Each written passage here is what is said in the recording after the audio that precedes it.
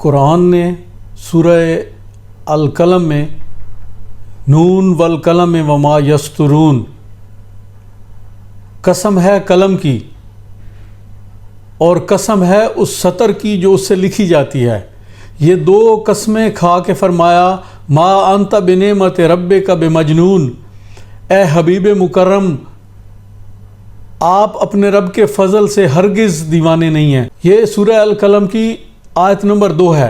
سورہ تکویر آیت نمبر 22، یہ 81واں سورہ ہے قرآن پاک کا۔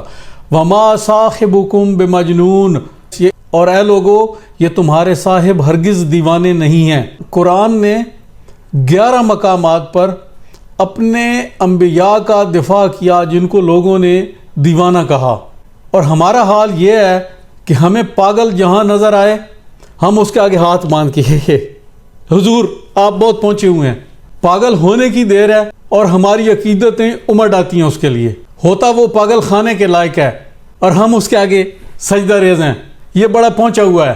اور جڑا جٹاں دا پاگل ہوئے وہ تو پاگل خانے ساٹ آنے، جڑا پیران دے گھر دا پاگل ہوئے وہ پہنچا ہے بزرگ۔ سبحان اللہ، کیا معیار ہے۔ قرآن گواہی دے رہا ہے اپنے حبیب کی کہ یہ دیوانے نہیں ہیں، اور ہم دیوانہ ڈھونڈ کے اس کی جا کے بیعت کرتے ہیں، اور جس کو اپنا ہوش نہیں ہے وہ تمہارا کیا رہنما ہوگا۔ پھر ایک اور جگہ فرمایا کہ اس کی حرکتیں کیا ہوتی ہیں۔ سورہ الصافات آیت نمبر ہے 36، یہ 37واں سورہ ہے قرآن پاک کا۔ وَيَقُولُونَ آئِنَّا لَتَارِكُوا آلِهَتِنَا لِشَاعِرٍ مَجْنُونٍ، اور کہتے تھے کیا ہم ایک دیوانے شاعر کی خاطر اپنے معبودوں کو چھوڑنے والے ہیں۔ یہ کفار کہتے تھے کہ ہم ایک دیوانے شاعر کی خاطر اپنے معبودوں کو چھوڑنے والے ہیں۔ اور دیوانہ کیا کرتا ہے؟ بیٹھ کے یکڑ مار رہا ہوتا ہے، کوئی ادھر کی بات کوئی ادھر کی، کبھی ہاتھ ایسے کرتا ہے کبھی ایسے کر رہا ہوتا ہے۔ اور ایک دیوانہ پاگل مرتا ہے تو اس کا جانشین ایک اور پاگل تیار ہوتا ہے، اس کو پتہ ہوتا ہے کہ اس نے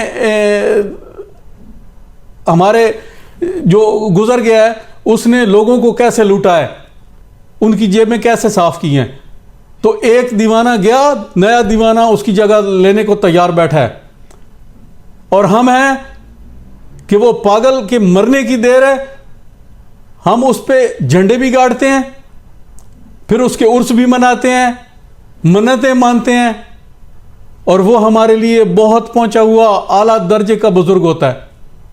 یہ ہماری حالت ہے۔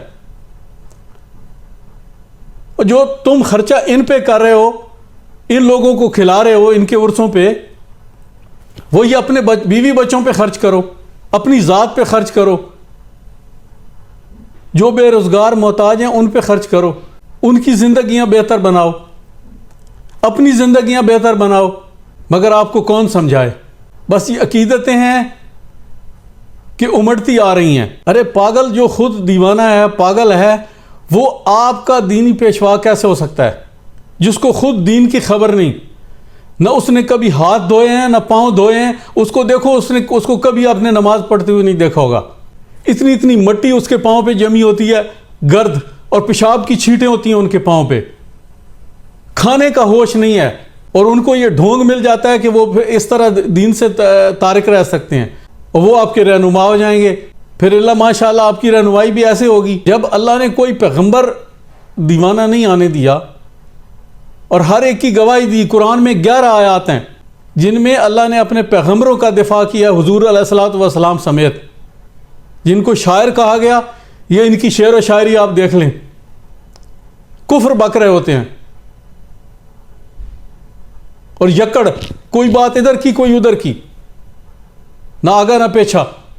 اور یہ جو آیات جن کا میں نے ذکر کیا ہے، یہ سورہ الحجر 15واں سورہ قرآن پاک کا آیت نمبر 6، پھر سورہ الشعراء 26واں سورہ قرآن پاک کا آیت نمبر 27، سورہ الصافات 37واں سورہ قرآن پاک کا آیت نمبر 36،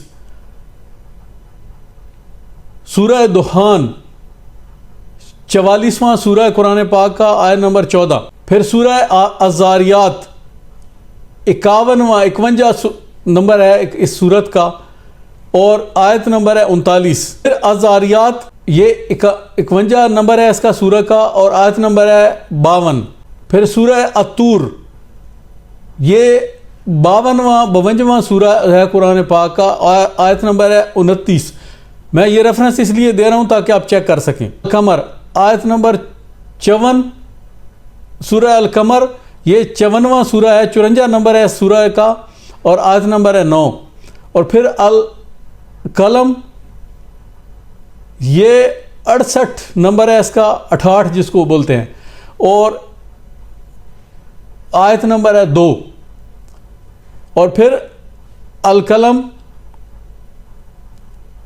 یہی سورہ نمبر 68 آیت نمبر 51، اور سورہ التکویر آیت نمبر 81،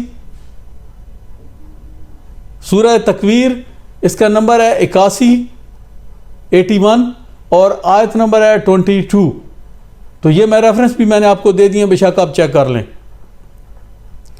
اب فیصلہ آپ نے کرنا ہے کہ آپ نے اللہ اور اس کے رسول کی بات مانی ہے یا اپنے بڑوں کے نقش قدم پہ چلنا ہے۔